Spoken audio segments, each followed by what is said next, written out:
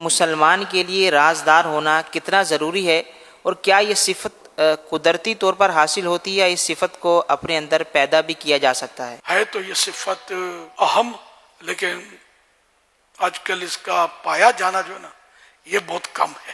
رازدار ہوتے ہیں بعض، لیکن بعض چیزوں میں رازدار ہوتے ہیں، بعض چیزوں میں اگل دیتے ہیں، رہا نہیں جاتا، کسی نہ کسی کو بول دیتے ہیں، کسی کو مت کہنا کہہ کر بھی کہہ دیتے ہیں۔ بشر راز دلی کہہ کر ذلیل و خار ہوتا ہے، نکل جاتی ہے جب خوشبو تو گل بیکار ہوتا ہے۔ گل مانے پھول، کہ پھول سے خوشبو نکل گئی تو اب کس کام کا؟ تو رازدار تو ہونا چاہیے، اور بعض راز ایسے ہوتے ہیں کہ جن کا چھپانا تو فرض ہوتا ہے، واجب ہوتا ہے۔ مثلا کسی مسلمان میں کوئی خامی ہے اور وہ اندرونی خامی آپ کو پتہ چل گئی ہے، اس کو آپ بتائیں گے تو گناہگار ہوں گے، بھلے وہ آپ کو اس نے منع نہیں کیا، لیکن جب ہے اندرونی کوئی سی خامی تو بتا تو نہیں سکتے۔ اس طرح کسی کی آپ نے کوئی عیب دیکھ لیا تو چھپانا تو پڑے گا، یہ راز ہے اس کا، اگرچہ اس نے بتا دیا آپ کو، اس نے آپ پر اعتماد کیا ہے۔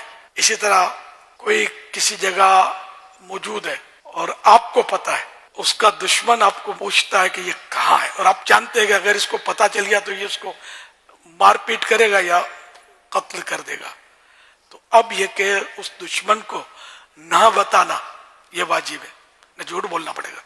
یہاں جھوٹ بولنا واجب ہے، ایک بندے کی جان کا مسئلہ ہے نا۔ اس طرح مطلب کہ صورتیں ہوتی ہیں، تو رازداری کی عادت تو بنانی چاہیے۔ پیٹ پھول جاتا ہے، بے چینی ہوتی ہے کہ بتا دوں، یہ ایسا مجھے راز پتا چل گیا، بس میں بتا دوں، اس کو تو بتا دوں، اس کو تو بتا دوں، یہ ہوتا ہے۔ لیکن اگر وہ بات ایسی ہے کہ بتانا نقصان دہ ہے تب تو بالکل نہ بتائے، اور نہ نفع نہ نقصان تب بھی نہ بتائے۔ اگر بتانے میں نفع ہے تو بتا دے۔ کسی ادیب سے پوچھا گیا آپ راز کی حفاظت کیسے کرتے ہیں؟ انہوں نے کہا میں اس راز کے لیے قبر بن جاتا ہوں۔ حضرت مولا علی شیر خدا رضی اللہ عنہ نے فرمایا قلوب الابرار قبور الاسرار، نیک لوگوں کے دل رازوں کی قبریں ہوتی ہیں، یعنی جس طرح قبر میت کو اپنے اندر چھپائے رکھتی ہے، اسی طرح نیک لوگ رازوں کو اپنے دل میں محفوظ رکھتے ہیں۔ مفتی دعوت اسلامی کے تعلق سے آپ ماشاءاللہ یاد کرتے ہیں، اور یہ سبھی سوالات تو مجھے مفتی صاحب یاد آ گئے کہ فاروق کو بولو کہ دیوار کو بولو، بات ایک ہے۔